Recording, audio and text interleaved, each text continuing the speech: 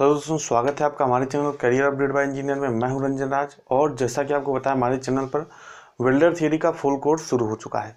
पहले लेक्चर में मैंने आपको पूरा सिलेबस डिस्कशन किया था, तो आपको समझ में आ गया होगा कि किस डीप स्तर पर हम लोग क्या करने वाले हैं, स्टडी करने वाले हैं। किसी भी एग्जाम की आप तैयारी कर रहे हो तो ये लेक्चर्स आपको जरूर मदद मिलेंगे। अगर आपने सिलेबस वाला वीडियो नहीं देखा तो लिंक मैं आपको डिस्क्रिप्शन बॉक्स में दे दूंगा, आप जाके वहाँ से playlist welder theory full course 2021 playlist search करके उस सिलेबस को देख सकते हैं। अब आज जो है हम लोग पहला चैप्टर शुरू कर रहे हैं, वो है ट्रेड परिचय, सुरक्षा एवं सावधानियां। ठीक है, तो सबसे पहले वेल्डर का फुल फॉर्म आप देख लीजिए। ये आपको मोटिवेट करने के लिए फुल फॉर्म बनाए जाते हैं ताकि आपको ये लगे कि जिस ट्रेड से आप कर रहे हैं वो ट्रेड क्या है, बहुत ही अच्छा। और वाकई अगर आप विश्वास करेंगे तो वेल्डर ट्रेड है 1 साल का कोर्स है, लेकिन 1 साल के कोर्स में आपको इसमें अच्छी खासी नौकरी की जो अपॉर्चुनिटीज़ हैं मिल जाती हैं अगर आप अच्छे से पढ़ाई करते हैं तो W का मतलब हो गया वर्कमैनशिप, E का मतलब हो गया एफिशिएंट, ठीक है। L का मतलब हो गया लॉयल यानी कि वफादार अपने काम के प्रति। D का मतलब हो गया डेडिकेटेड यानी कि पूरे पैशन के साथ अपना काम करना। E मतलब एनर्जेटिव, एनर्जी उसके अंदर भरी हुई है। और रेगुलरिटी यानी कि रेगुलरिटी के साथ किसी भी काम को वेल्डर ट्रेड वाला जो हमारा व्यक्ति है वो करता है। तो अगर आप वेल्डर ट्रेड से हैं तो आपके अंदर ये खासियत है, ये नहीं कि होनी चाहिए, आपके अंदर ये खासियत है अगर आप वेल्डर ट्रेड से हैं। अब बात करते हैं हम लोग ट्रेड परिचय, सुरक्षा एवं सावधानियां की। तो देखिए यहाँ पे जो फर्जी क्वेश्चन पूछे जाते हैं, कुछ किस तरीके के क्वेश्चन पूछे जाते हैं कि अगर किसी अप्रिय घटना हो जाती है जिससे जान माल का नुकसान होता है तो उसे हम लोग क्या करते हैं, इस तरीके के प्रश्न पूछते हैं तो उसे हम लोग दुर्घटना कहते हैं। तो नॉर्मल प्रश्नों की बात हम लोग नहीं करेंगे कि किसी मशीन पर कार्य करने से पहले हमको क्या करना चाहिए, इस तरीके के प्रश्न पूछते हैं तो भैया हमको किसी भी मशीन पर कार्य करने से पहले उसकी कार्यविधि को अच्छे से समझ लेना चाहिए, उस मशीन के बारे में अच्छे से समझ लेना चाहिए। देखिए जो हमको पढ़ना है, जो टेक्निकल चीज़ें हैं, ट्रेड परिचय, सुरक्षा और सावधानियां से जो हमसे बार बार पूछती हैं और जिसमें हम बार बार फंसते हैं, उन चीज़ों के बारे में पढ़ेंगे। तो सबसे पहला जो टॉपिक आता है वो आता है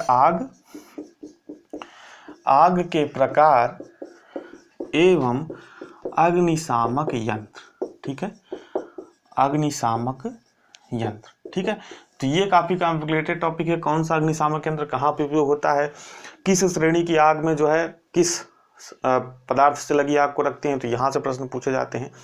दूसरा जो टॉपिक आता है वो आता है कर्मशाला के चिन्ह।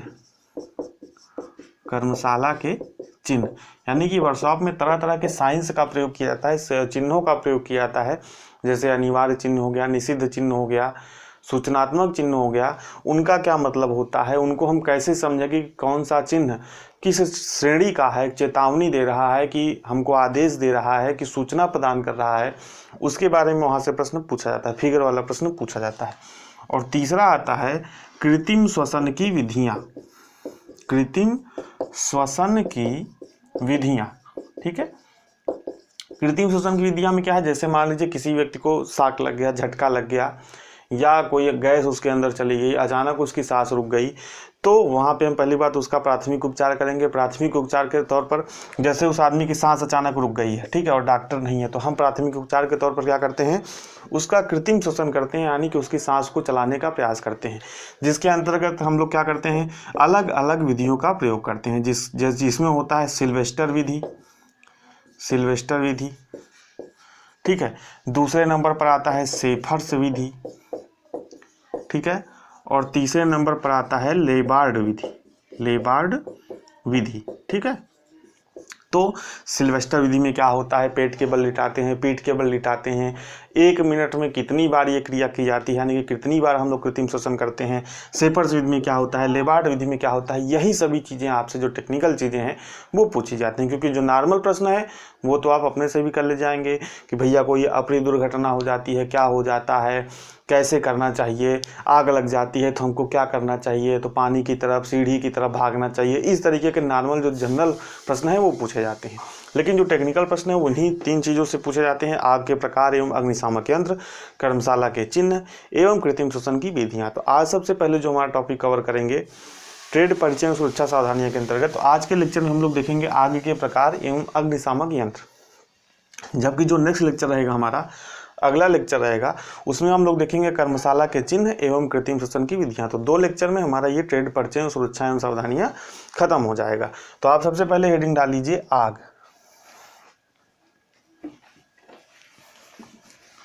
ठीक है, तो आग आप लिख लीजिए।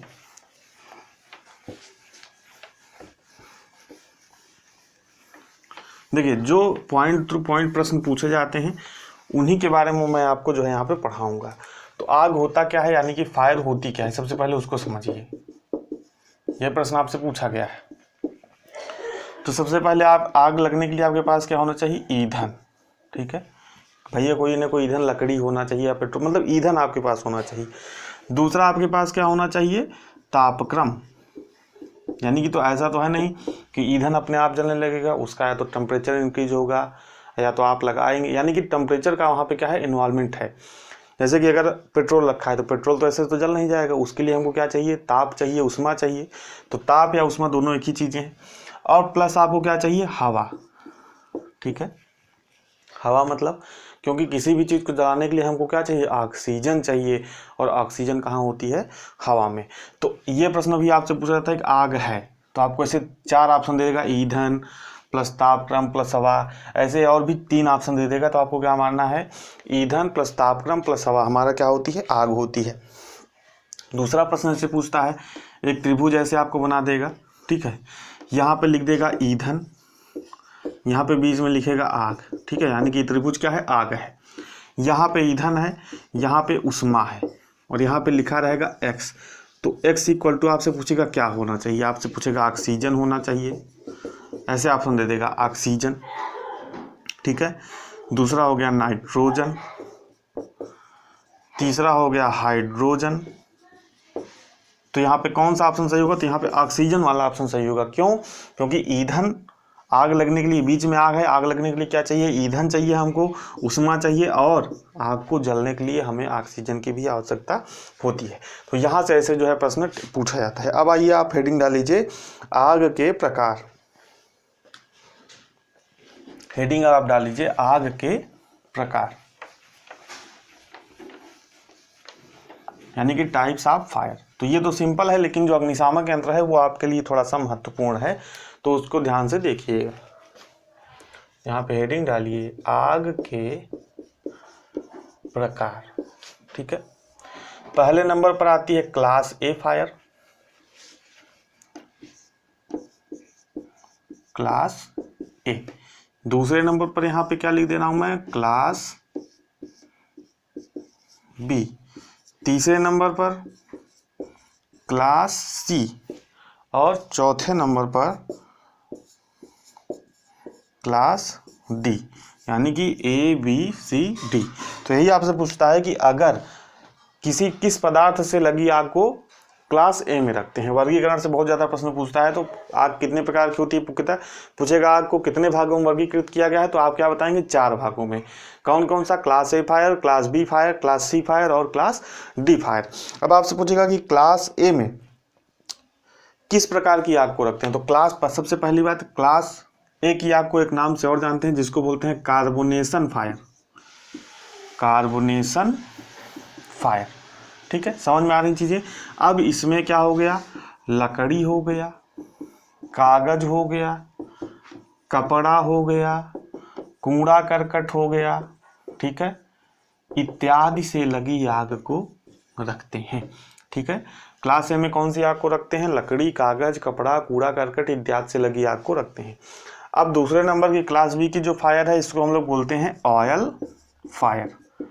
ऑयल फायर मतलब जो हमारे लिक्विड फॉर्म में जो हमारे ईंधन है उनसे लगी आग को हम लोग किसमें रखते हैं, क्लास बी में। जैसे हमारा क्या हो गया, पेट्रोल हो गया, डीजल हो गया, ठीक है, केरोसिन हो गया, जो भी लिक्विड हमारे ईंधन है। ऐसा नहीं कि मैं 3 नाम लिखे तो तीनों, जो भी है, हो सकता है ऑप्शन में कोई और नया ऑप्शन आपको खोज कर दे दे। तो अगर वो लिक्विड है, लिक्विड ईंधन है, तो उसमें हम लोग क्या बोलेंगे, ऑयल है कोई, तो उसको हम लोग किस में रखेंगे, क्लास बी की फायर में रखेंगे। क्लास सी की फायर में क्या रखेंगे, गैसियस, गैसेस, यानी कि जितनी भी गैसेस होती हैं अगर उनसे कोई आग लगती है तो उस आग को हम लोग किस में रखेंगे, क्लास सी में रखेंगे। जैसे हमारा क्या हो गया, एलपीजी हो गया, CH4 हो गया, प्रोपेन हो गया, ब्यूटेन हो गया, जितने भी गैसेज हैं अगर उससे आग लगती है तो उस आग को हम लोग किस में रखेंगे, क्लास सी की श्रेणी में रखेंगे। सभी चीज़ों को ध्यान से समझिएगा क्योंकि यहाँ से प्रश्न पूछे जाते हैं। क्लास डी में क्या हो जाएगा, विद्युत से लगी आग, विद्युत से लगी आग एवं, ये आपके लिए बहुत ज़्यादा इंपॉर्टेंट है, धात्विक पदार्थों से लगी आग। धात्विक पदार्थों से लगी आग। धात्विक पदार्थों से लगी आग का मतलब क्या हो गया, जैसे मैग्नीशियम, फास्फोरस, ठीक है। इस तरीके से अगर मेटालिक कोई हमारा, या कोई क्या यहाँ पे लिख लीजिए रासायनिक पदार्थों से लगी आग, यहाँ पे लिख लीजिए रासायनिक पदार्थ, रासायनिक पदार्थ, ठीक है। तो ये ध्यान रखिएगा, क्योंकि जो देखिए यहाँ पे क्लास डी में विद्युत से लगी आग तो आपको पता है, लेकिन यहाँ पे क्या होती है धात्विक पदार्थों से लगी आग, जैसे फास्फोरस हो गया, मैग्नीशियम हो गया, या कोई रासायनिक मेटल में कोई धातु में कोई रिएक्शन हो गया, उससे कोई आग लगती है, तो उसको भी हम लोग क्या करते हैं क्लास डी फायर में रखते हैं। तो ये बात भी जो है आपको याद रखनी है। तो class A, class B, class C, class D, ये सभी चीज़ें जो है आपको क्लियर हो गई होंगी, और जो आग वाला कॉन्सेप्ट है यानी कि फायर वाला जो कॉन्सेप्ट है वो भी आपको क्लियर हो गया होगा। तो ये यहाँ से प्रश्न पूछे जाते हैं कि लकड़ी कागज से लगी आग कौन सी श्रेणी में रखेंगे, तो क्लास ए में रखेंगे। पेट्रोल से लगी आग को किस श्रेणी में रखेंगे, तो क्लास बी में रखेंगे। अगर आपसे पूछे विद्युत से लगी आग किस श्रेणी में रखी जाती है, तो किस श्रेणी में रखी जाती है, क्लास डी में रखी जाती है। आपसे पूछेगा मैग्नीशियम, ठीक है, सोडियम, इस पदार्थों से लगी आग को किस में रखते हैं, तो क्लास डी में रखते हैं। आपसे पूछे एलपीजी से या मीथेन से लगी आग को किस श्रेणी में रखते हैं, तो क्लास सी की श्रेणी में रखते हैं। तो इस तरीके से प्रश्न यहाँ से 10-20 प्रश्न उलट पलट के क्या कर देते हैं, आग के प्रकार से बन जाते हैं। अब अगला आप हेडिंग डालेंगे अग्निशामक यंत्र, ठीक है। अगला हेडिंग डाल लीजिए अग्निशामक यंत्र। इसको हिंदी में क्या बोलते हैं, फायर एक्सटिंग्यूशर।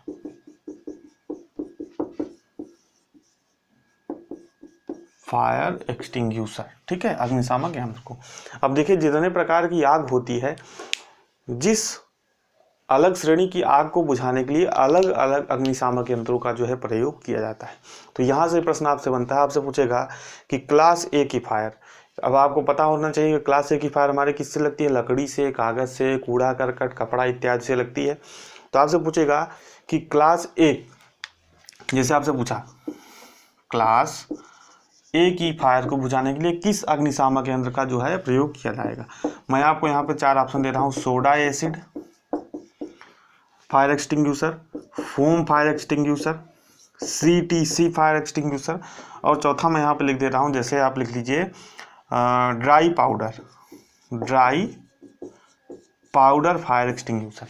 तो अगर क्लास ए की फायर को बुझाना है तो आप किस अग्निशामक यंत्र या किस फायर एक्सटिंग्यूशर का प्रयोग करेंगे, तो ये प्रश्न आपसे पूछा जाता है। तो आप बताइए, अगर आपको पता है तो आप बताइए कमेंट में। यहाँ पे क्या हो जाएगा, सोडा एसिड हो जाएगा, ठीक है। क्लास ए की फायर को बुझाने के लिए सोडा एसिड फायर एक्सटिंग्विशर का प्रयोग करते हैं। तो डिटेल में हम लोग सभी चीज़ों को पढ़ेंगे। तो हेडिंग डाल लीजिए अग्निशामक यंत्र। देखिए सबसे पहले एक संरचना देखिए कि जो हमारा फायर एक्सटिंग्विशर होता है उसमें क्या क्या होता है, यानी कि अग्निशामक यंत्र होता है उसमें क्या क्या होता है। तो नॉर्मल आप लोगों ने देखा होगा लेकिन इतना ध्यान से नहीं देखा होगा कौन सा पार्ट होता है। देखिए ये हैंडल होता है, ठीक है। यहाँ पे एक लगा होता है सेफ्टी पिन, ठीक है, ताकि इस सेफ्टी पिन को निकाल के ही इसको यूज किया जा सकता है, ठीक है। यहाँ पे क्या लगा होता है, प्रेशर गेज, जो कि अंदर का सिलेंडर के अंदर कितना प्रेशर है वो बताता है, क्योंकि सिलेंडर के अंदर भैया बहुत ज़्यादा प्रेशर हो जाएगा, सिलेंडर फट जाएगा तो आप ही को नुकसान हो जाएगा आग बुझाने के बजाय। यहाँ पे एक प्रेशर गेज लगा होता है, ठीक है। यहाँ पे क्या है, हौज या हौज, इसको जो भी आप समझिए, हिंदी में बोलते हैं इंग्लिश में बोलते हैं HOSE, जिससे क्या होता है जो भी हमारा इसके अंदर मिक्सचर है आग बुझाने वाला वो बाहर निकलता है हौज की सहायता से। यहाँ पे क्या लगी होती है, साइफन ट्यूब। तो लगभग इतने जो है इतने ही इसके क्या होते हैं कंपोनेंट होते हैं, इतने ही इसमें क्या होते हैं कंपोनेंट होते हैं। तो अब आइए सबसे पहले हम लोग देखते हैं कि कौन कौन से फायर एक्सटिंग्विशर होते हैं, ठीक है। तो सबसे पहले होता है हमारा जो है सोडा एसिड फायर एक्सटिंग्विशर। पहले नंबर पर हमारा होता है soda acid fire extinguisher. Fire extinguisher को मैंने आपको बताया यानी कि अग्निशामक यंत्र, हिंदी में क्या बोलते हैं, अग्निशामक यंत्र बोलते हैं। तो अब ध्यान से समझिएगा, संरचना तो सबकी वही होगी भैया, सिलेंडर लगभग वही होगा, ये जो बाकी कंपोनेंट है वही होंगे, बस चेंज क्या होगा, जो ये अंदर पदार्थ भरा रहता है यही क्या होता है, यही परिवर्तित हो जाता है और उसी आधार पर हमारा क्या बन जाता है, अलग अलग अग्निशामक यंत्र बन जाता है। तो सबसे पहले हम लोग बात करेंगे सोडा एसिड फायर एक्सटिंग्विशर की। तो पहला पॉइंट आप इसमें लिखिए, इसका उपयोग, प्रश्न जो पूछा जाता है, इसका उपयोग क्लास ए फायर, या मैंने आपको क्या बताया, क्लास ए फायर को और क्या बोलते हैं, कार्बोनेशन फायर, कार्बोनेशन फायर के लिए होता है, के लिए होता है। ठीक है, तो अब देखिए फिगर तो आपने बनाया होगा। देखिए इसमें दो मिक्सचर होते हैं, कौन कौन सा, पहला यहाँ पे होता है वाटर प्लस सोडियम बाइकार्बोनेट, यानी कि वाटर प्लस NaHCO3। देखिए इसकी जो संरचना होती है सोडा एसिड फायर एक्सटिंग्विशर की, सिलेंडर के अंदर दो कंटेनर होते हैं, पहला होता है बाहरी कंटेनर और ये वाला जो ब्लैक के अंदर आपको लिक्विड दिख रहा है ये होता है अंदरूनी कंटेनर। बाहरी कंटेनर में क्या होता है, बाहरी कंटेनर में पानी के साथ किसका घोल रहता है, सोडियम बाइकार्बोनेट। सोडियम बाइकार्बोनेट मतलब खाने वाला सोडा। ठीक है, किसका किसका घोल रहता है, पानी और सोडियम बाइकार्बोनेट का घोल होता है। इसके बाद यहाँ पे जो ऊपर वाला कंटेनर होता है इसमें क्या होता है, इसमें होता है H2SO4, यानी कि इसको क्या बोलते हैं, सल्फ्यूरिक एसिड। ठीक है, सल्फ्यूरिक एसिड। ठीक है, तो ये दोनों घोल भर के यहाँ पे रखे रहते हैं। जब आग लगती है तो हम लोग क्या करते हैं, सेफ्टी पिन निकालते हैं और इसको, इस जो हमारा अग्निशामक यंत्र है इसको हल्का सा झटका देते हैं। तो यहाँ से ये यहाँ पे ये अंदर जो ये वाला अंदरूनी कंटेनर रहता है किसका रहता है, कांच का बना हुआ रहता है। तो यहाँ से क्या होता है, ये कांच टूट जाता है और जब ये कांच टूट जाता है तो यहाँ से जो सल्फ्यूरिक एसिड है और वाटर और सोडियम बाइकार्बोनेट है, ये तीनों चीज़ें पदार्थ आपस में मिल जाते हैं, जिसके अंतर्गत क्या होता है, केमिकल रिएक्शन होता है और इस केमिकल रिएक्शन के फलस्वरूप हमारा जल और CO2 यानी कि कार्बन डाइऑक्साइड बनता है और कार्बन डाइऑक्साइड हमारा क्या करता है, आग बुझाने में मदद करता है। कैसे करता है अभी हम लोग देखेंगे। तो सबसे पहले आप लिखिए इसका केमिकल रिएक्शन, फिगर के साथ साथ अलग से मत लिखिए, बस उसी फिगर में बना लीजिए कि ये जो अंदरूनी कंटेनर है इसमें क्या होता है, वाटर प्लस सोडियम बाइकार्बोनेट, और हमारा जो यहाँ पे जो बाह्य कंटेनर होता है इसमें क्या होता है, वाटर प्लस सोडियम बाइकार्बोनेट, और जो अंदरूनी कंटेनर होता है उसमें होता है H2SO4 यानी कि सल्फ्यूरिक एसिड। अब देखिए केमिकल रिएक्शन कैसे होता है, यहाँ पे देखिए केमिकल रिएक्शन में लिख रहा हूँ,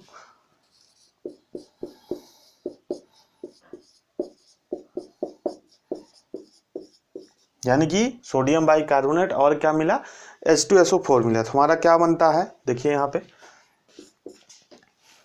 नीचे लिख दे रहा हूँ, Na2SO4 plus 2H2O plus 2CO2। ठीक है, हमारा यहाँ पे ये वाला, और हमारा आग बुझाने में जो मदद करने वाला पदार्थ है वो कौन सा है, पहला तो पानी है जो आग बुझाने में मदद करता है, दूसरा होता है CO2। अब आपके मन में सवाल आएगा कि भैया CO2 आग बुझाने में कैसे मदद करता है। यहाँ पे ध्यान से देखिए, थोड़ा से समझ लीजिए टेक्निकलिटी को। यहाँ पे CO2, यहाँ पे कार्बन का परमाणु भार कितना होता है, 12, और ऑक्सीजन का कितना होता है, 16। एक ऑक्सीजन का 16, तो यहाँ पे क्या है, O2, 2 ऑक्सीजन है, तो 2 ऑक्सीजन का कितना हो गया परमाणु भार, 32। तो 12 प्लस 32 कितना हो गया, 44। यानी कि CO2 का जो टोटल परमाणु भार होता है वो कितना होता है, 44। जबकि वैज्ञानिकों ने क्या किया, वायु का परमाणु भार निकाला। जैसे कि वायु होती है हमारी वायुमंडल में, तो उसमें बहुत सी गैसेज होती हैं, नाइट्रोजन होता है, ऑक्सीजन होता है, आर्गन होता है, ठीक है, और भी गैसेज होती हैं। तो उसका परमाणु भार कैसे निकालेंगे भैया, जैसे इसमें तो तत्व हैं, कार्बन है, ऑक्सीजन है, तो इसका परमाणु भार तो हमने निकाल लिया, लेकिन जो वायु है उसमें तो पता नहीं कौन कौन से तत्व हैं, उसका परमाणु भार हम लोग कैसे निकालेंगे। फिर भी कई वैज्ञानिकों ने कैलकुलेशन किया, शोध किया, और वायु का जो परमाणु भार निकाला वो कितना निकाला, 29। ठीक है, वायु का परमाणु भार निकाला 29। और दूसरी बात क्या है, अगर आप ऑक्सीजन हमारी क्या करती है, जलने में मदद करती है। किसी भी दहन के लिए हमको क्या चाहिए, ऑक्सीजन चाहिए। ऑक्सीजन का परमाणु भार कितना होता है, O2 संलग्न रूप में रहती है, तो ऑक्सीजन का परमाणु भार हो गया 32। और CO2 का परमाणु भार कितना हो गया 44। अब यहाँ पे क्या होता है कि जैसे मान लीजिए यहाँ पे थोड़ा सा मैं इसको इरेज कर रहा हूँ, ठीक है, आप चाहें तो इसका स्क्रीनशॉट ले लीजिएगा। सोडा एसिड फायर एक्सटिंग्विशर, इसका उपयोग क्लासिफायर में, और यहाँ पे केमिकल रिएक्शन लिख लीजिएगा, ये फिगर बना लीजिएगा। साथ ही साथ ये चीज़ें लिख लीजिएगा कि जो है कार्बन डाइऑक्साइड का परमाणु भार कितना होता है 44, हवा का वैज्ञानिकों ने शोध करके निकाला कितना 29, और ऑक्सीजन का कितना होता है 32, एक ऑक्सीजन का 16, तो 2 ऑक्सीजन का कितना हो गया 32, आपको पता है। तो अब देखिए होता क्या है, देखिए ध्यान से समझिएगा, ठीक है, केमिकल रिएक्शन में रहने दे रहा हूँ यहाँ पे। देखिए जैसे मान लीजिए यहाँ पे कोई आग जल रही है, ठीक है, यहाँ पे आग जल रही है, तो जब हम इस मिश्रण का छिड़काव करते हैं, जैसे कि हमारा सोडा एसिड फायर एक्सटिंग्विशर है, तो यहाँ पे हमने इसको मिलाया, जब यहाँ पे इस बोतल को तोड़ा, कांच वाली बोतल को, तो ये सल्फ्यूरिक एसिड इसमें मिल गया। जब मिला तो हमारा क्या बना H2O और CO2। तो जहाँ पर जब आग लगी है, हम जब इसका छिड़काव करेंगे, ठीक है भैया, आग को बुझाने के लिए इसका छिड़काव करेंगे, और जब हम इसका छिड़काव करेंगे तो यहाँ पे देखिए क्या है भाई, जो चीज़ भारी रहेगी वही तो नीचे बैठेगी ना। यही सेम काम होता है गैसेज के साथ। जैसे जो भी जब हम यहाँ पे छिड़काव करते हैं तो यहाँ पे क्या आता है CO2, और यहाँ पे जो ऑक्सीजन है, क्योंकि ऑक्सीजन हल्का है, तो CO2 क्या कर देता है, उस यहाँ पे जो आग लगी है, आग को जलने के लिए क्या चाहिए, ऑक्सीजन चाहिए, तो CO2 उस ऑक्सीजन को विस्थापित कर देता है और खुद नीचे आके बैठ जाता है जहाँ पे आग लग रही है। भाई आप छिड़काव करेंगे तो वहीं पे जाएगा। तो जब यहाँ से जो, क्योंकि भैया भारी है ना, CO2 भारी है, तो ऑक्सीजन कहेगा चलो चलो निकलो यहाँ से, तो ऑक्सीजन को जब वहाँ से हटा देगा और जहाँ पे आग लगी है उसके ऊपर इस तरह का आवरण बना लेगा, और फिर जो बाहर का ऑक्सीजन है वो इस CO2 को नहीं हटा पाएगा। क्यों? क्योंकि CO2 भारी है, क्योंकि उसका भार कितना है 44, और ऑक्सीजन का कितना है 16, ऑक्सीजन का कितना है 32, वायु का कितना है 29, तो इन दोनों से भारी है हमारा CO2। तो जो बाहर की एटमॉस्फेरिक ऑक्सीजन है, फिर वो आग के संपर्क में नहीं आ पाती है, क्योंकि वो CO2 को नहीं हटा पाती है जो CO2 हमने यहाँ से डाला। तो उसके कारण हमारा क्या होता है, जब ऑक्सीजन नहीं मिलती है किसी भी पदार्थ को, किसी भी ईंधन को जलने के लिए, तो वहाँ पे क्या होती है, आग जो है बुझ जाती है। तो इसी के तहत हमारा जो सोडा एसिड फायर एक्सटिंग्विशर है वो क्या करता है, वो काम करता है। तो उम्मीद करता हूँ कि इसका जो प्रिंसिपल है वो आपको समझ में आ गया होगा। यहाँ पे एक पॉइंट और लिख लीजिए सोडा एसिड फायर एक्सटिंग्विशर में, कि इसको पहचानने के लिए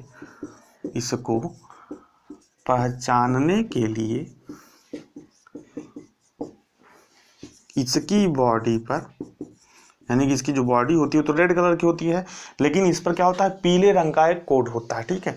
तो इसको पहचानने के लिए इसकी बॉडी पर पीले रंग का कलर कोड होता है। ये प्रश्न भी आपसे पूछा जाता है, पीले रंग का कलर कोड होता है। पीले रंग का क्या होता है, पीले रंग का कलर कोड होता है। तो ये था हमारा सोडा एसिड फायर एक्सटिंग्विशर।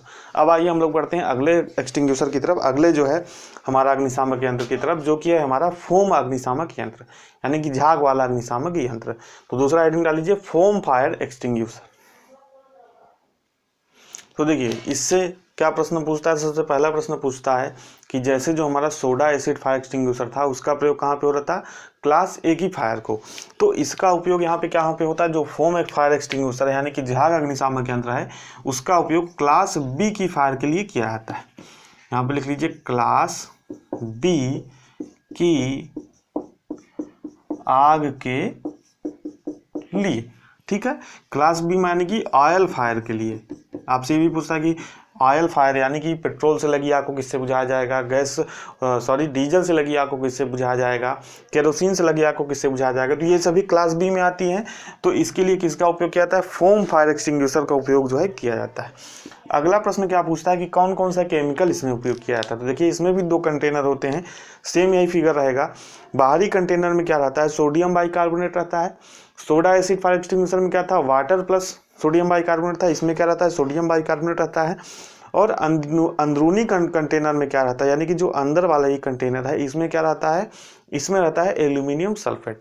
फिर जब दोनों मिलते हैं तो केमिकल रिएक्शन होती है, जिसके कारण क्या होता है, यहाँ पे बनता है हमारा जो आग बुझाने वाला मिश्रण। तो इसके बारे में बहुत आपको डिटेल नहीं पढ़ना है, बस आपको झाग फोम फायर एक्सटिंग्विशर में, क्योंकि कभी पूछा नहीं गया है इससे रिलेटेड, इसलिए मैं इसको नहीं पढ़ा रहा हूँ। ठीक है, फोम फायर एक्सटिंग्विशर में क्लास बी की आग के लिए प्रयोग किया जाता है, ऑयल फायर के लिए, पेट्रोल डीजल केरोसिन के लिए क्या क्या होता है, बाहरी कंटेनर में सोडियम बाइकार्बोनेट, अंदरूनी कंटेनर में एल्यूमिनियम सल्फेट।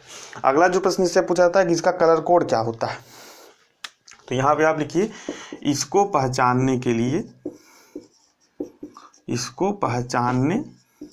लिए बॉडी पर क्या होता है, भूरे रंग का कलर कोड होता है, भूरे रंग का कलर कोड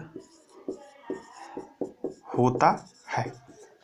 ठीक है, तो इतनी चीजें आपको फोम फायर एक्सटिंग्विशर से जो है आपको याद रखनी है। अब अगला जो हेडिंग डाल लीजिए वो क्या डाल लीजिए, तीसरा जो है CTC फायर एक्सटिंग्विशर। कौन सा fire extinguisher, CTC fire extinguisher. तो तीसरा हेडिंग डाल दीजिए। देखिए जो तीसरा है हमारा वो क्या है, CTC फायर एक्सटिंग्विशर। इसमें आपसे क्या पूछता है कि सबसे पहला प्रश्न पहिया तो ये पूछता है कि CTC का जो फुल फॉर्म है वो क्या होता है। CTC फायर एक्सटिंग्विशर में CTC का क्या मतलब होता है, तो आपसे CTC का जो फुल फॉर्म होता है वो होता है कार्बन टेट्रा क्लोराइड। पहला प्रश्न हमारा यहाँ से बनता है। ठीक है, ये प्रश्न हो गया। अगला प्रश्न बनता है कि जो CTC फायर एक्सटिंग्विशर है उसका उपयोग किस श्रेणी की आग को बुझाने के लिए किया जाता है, तो यहाँ पे विद्युत से लगी आग को बुझाने के लिए, विद्युत से लगी आग को बुझाने के लिए। तो अब भैया आप पूछेंगे विद्युत से लगी आग, अगर आपसे मैं पूछूं कि विद्युत से लगी आग किस श्रेणी में आती है, तो क्लास डी में। तो अगला प्रश्न क्या बनता है कि किस श्रेणी की आग को बुझाने के लिए, क्लास डी भी पूछ सकता है, या आपसे पूछ सकता है विद्युत से लगी आग को बुझाने के लिए क्या कहे, किस फायर एक्सटिंग्विशर का प्रयोग करते हैं, तो CTC फायर एक्सटिंग्विशर का प्रयोग करते हैं। अब प्रश्न थोड़ा सा और घुमा देगा। CTC जो फायर एक्सटिंग्विशर है यहाँ पे लिख लीजिए इसको हैलोन अग्निशामक यंत्र, हैलोन अग्निशामक यंत्र। अब देखिए यहाँ से ध्यान से समझिए, पीरियोडिक टेबल आपने थोड़ा बहुत पढ़ा होगा। पीरियोडिक टेबल में हाइलोजन एलिमेंट, ठीक है, हाइलोजन तत्व एक श्रेणी में रहते हैं ना, फ्लोरीन होता है, क्लोरीन होता है, ब्रोमीन होता है, आयोडीन होता है, इस तरीके से मतलब हाइलोजन तत्व होते हैं।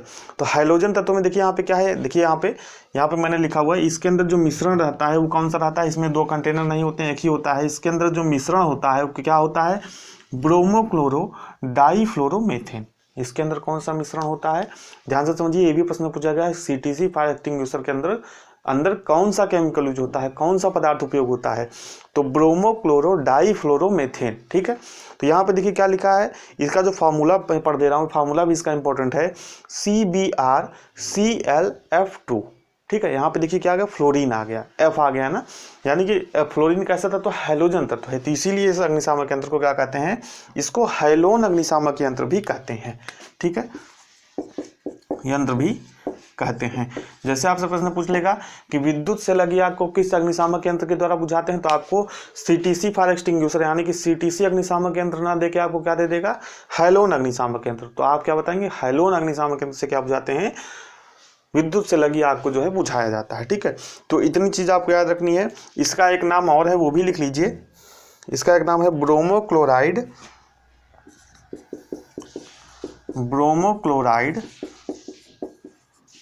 फ्लोरोमेथेन। ठीक है, इसका नाम एक और है, इस नाम से भी जानते हैं। ठीक है, शॉर्ट में इसको बोलते हैं BCF। तो CTC फायर एक्सटिंग्विशर, हैलोन अग्निशामक यंत्र या ब्रोमोक्लोराइड फ्लोरोमेथेन अग्निशामक यंत्र, BCF के नाम से भी इसको जानते हैं। अब अगला जो प्रश्न बनता है, तो ये भाप के रूप में निकलता है, इसमें पंप अलग से कभी कभी हम लोग उपयोग कर लेते हैं, पंप उपयोग करते हैं, तो भाप के रूप में निकलता है, और विद्युतीय आग या क्लास डी की आग को बुझाने के लिए इसका प्रयोग जो है किया जाता है। तो ये था हमारा CTC फायर एक्सटिंग्विशर। अब अगला जो हेडिंग डाल लीजिए वो है हमारा ड्राई पाउडर। अगला जो हमारा क्या है, ड्राई पाउडर या dry chemical fire extinguisher, dry powder या ड्राई केमिकल अग्निशामक यंत्र। तो चौथा हेडिंग डाल लीजिए आप लोग। देखिए चौथा जो होता है हमारा क्या होता है, ड्राई केमिकल जो है फायर एक्सटिंग्विशर होता है। इसमें क्या होता है, इसमें भी देखिए दो कंटेनर रहते हैं। बाहरी कंटेनर में क्या रहता है, सोडियम पाउडर रहता है। ठीक है, बाहरी कंटेनर में क्या रहता है, सोडियम पाउडर रहता है, पाउडर, इसीलिए इसको क्या कहते हैं, ड्राई केमिकल या ड्राई पाउडर अग्निशामक यंत्र। और अंदरूनी कंटेनर में क्या होता है, CO2 या नाइट्रोजन। ठीक है, CO2 या नाइट्रोजन। आपको पता है नाइट्रोजन भी क्या है हमारी, मतलब अज्वलनशील है, ठीक है, जलने वाली गैस नहीं है, अज्वलनशील गैस है। और CO2 का मैंने आपको बताया ही भारी होती है तो आग बुझाने काम में आती है। तो इसमें क्या करते हैं, अंदरूनी कंटेनर में CO2 होता है और बाहरी कंटेनर में क्या होता है, सोडियम पाउडर होता है।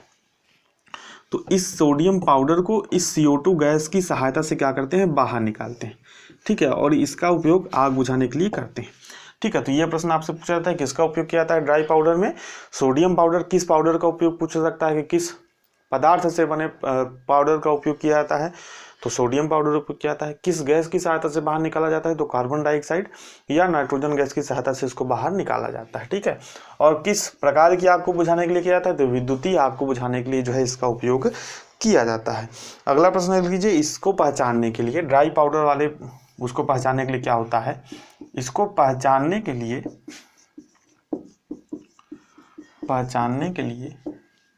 इसकी बॉडी पर क्या होता है, नीले रंग का यानी कि ब्लू कलर का कोड होता है। क्या होता है, ब्लू कलर का कोड होता है। ये भी प्रश्न आपसे पूछा जाता है, नीले रंग का कलर कोड होता है, ठीक है। तो यही थे जो प्रश्न विद्युत यानी कि आग और आग के जो अग्निशामक यंत्र है, यही इतने प्रश्न बनते हैं। कुछ और प्रश्न भी आप लिख लीजिए, पॉइंट के माध्यम से लिख लीजिए। आप हेडिंग डाल लीजिए कुछ महत्वपूर्ण बिंदु, ठीक है, हेडिंग डालिए कुछ महत्वपूर्ण बिंदु, ठीक है। तो अगर वीडियो अच्छा लग रहा हो, सभी चीज़ें समझ में आ रही हो कि भैया ऐसे कभी नहीं पढ़ा, तो वीडियो को लाइक ज़रूर कर दीजिएगा, क्योंकि हम लोग को क्या मिलता है, उसी से जो है मोटिवेशन मिलता है, ताकि जब आप लोग वीडियो लाइक करते हैं तभी हम लोग और ज़्यादा मेहनत के साथ काम कर पाते हैं। तो हेडिंग डाल लीजिए कुछ महत्वपूर्ण बिंदु। देखिए तो यहाँ पे कुछ महत्वपूर्ण बिंदु है, इसको भी आप लिख लीजिए, क्योंकि ये जो डायरेक्ट प्रश्न पूछे जाते हैं इस महत्वपूर्ण बिंदुओं से, ठीक है। तो ये प्रश्न ही है जिसको मैं महत्वपूर्ण नोट्स के माध्यम से आपको लिखा रहा हूँ, ठीक है। तो पहला जो है प्रश्न पूछता है सीढ़ी भी क्या आपको बुझाने के लिए, तो मैंने आपको पहले ही बताया झाग वाले यंत्र का उपयोग किया था, यानी कि फोम फायर एक्सटिंग्विशर, झाग वाले अग्निशामक यंत्र, ठीक है। बार बार ये सब प्रश्न पूछे जाते हैं आपसे, झाग वाले अग्निशामक यंत्र का उपयोग किया जाता है।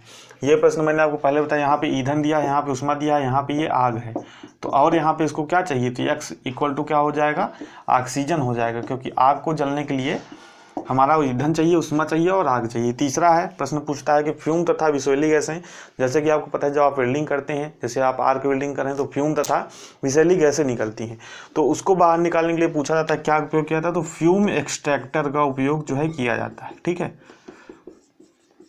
किसका उपयोग किया जाता है, तो फ्यूम एक्सट्रैक्टर का उपयोग किया जाता है फ्यूम तथा विषैली गैसों को बाहर निकालने के लिए। अगला प्रश्न पूछता है आर्क से उत्पन्न पराबैंगनी किरणें। जब आप आर्क वेल्डिंग करते हैं तो क्या होता है, आपको पता है पराबैंगनी किरणें निकलती हैं, ठीक है, अल्ट्रावायलेट रेज निकलती हैं। तो वो क्या करती हैं, ऑक्सीजन को किसमें परिवर्तित करती हैं, तो ये प्रश्न पूछा था, जो वातावरण में ऑक्सीजन है, जो पराबैंगनी किरणें निकलती हैं वो किसमें परिवर्तित कर देती हैं, तो ओजोन में परिवर्तित कर देती हैं। ओजोन का फार्मूला क्या होता है, O3, और ऑक्सीजन का फार्मूला क्या होता है, O2। तो O2 में क्या होता है, एक नवजात ऑक्सीजन का सिंबल इस तरीके से होता है, आप लोग पता है, ठीक है। नवजात ऑक्सीजन मतलब वो होता है कि जो स्टेबल नहीं है, ठीक है। जैसे कि आपको पता है ऑक्सीजन पाया जाएगा तो O कभी नहीं पाया जाएगा, हमेशा 2 मॉलिक्यूल होंगे, क्यों, क्योंकि O वाला जो है स्टेबल नहीं है। लेकिन जब पराबैंगनी किरणें मिलती हैं ऑक्सीजन के साथ, तो एक नवजात ऑक्सीजन जो है जुड़ जाता है और ओजोन का निर्माण कर देता है, जो कि हमारी क्या होती है, O3 होती है, ठीक है। तो ये प्रश्न आपसे पूछा जाता है कि आर्क वेल्डिंग से उत्पन्न पराबैंगनी किरणें वातावरण में जो ऑक्सीजन होती है उसको किस में परिवर्तित कर देती हैं, तो उसको ओजोन में परिवर्तित कर देती हैं। अगला जो प्रश्न है वो पूछा जाता है वेल्डर को स्वच्छ वातावरण देने के लिए प्रयोग किया जाता है। तो वेल्डर को स्वच्छ वातावरण देने के लिए वेल्डिंग बूथ का प्रयोग किया जाता है, वेल्डिंग बूथ। ये भी प्रश्न जो है आपसे पूछा जाता है। अगला जो प्रश्न है छठवां कि वेल्डिंग शॉप में आग लगने का क्या कारण है। तो वेल्डिंग शॉप में आग लगने का कारण है, पहला है आर्क है, ठीक है, पहला कारण है। दूसरा है गर्म स्लैग, यानी कि गर्म स्लैग अगर आपका कहीं इधर उधर चला जाता है तो उससे भी क्या करने आग जो है आग पकड़ने की संभावना रहती है। 2 पॉइंट और हैं, उनको लिख लीजिए। 2 पॉइंट और हैं, यानी कि पॉइंट नंबर 7 और पॉइंट नंबर 8, इसको भी लिख लीजिए। ये भी प्रश्न पूछा जाता है। और आपका जो ये आज वाला आग और अग्निशामक यंत्र का जो टॉपिक है और दुर्घटना वाला जो टॉपिक है खत्म हो जाएगा, ठीक है। तो 7वां नंबर का लिखिए, बिजली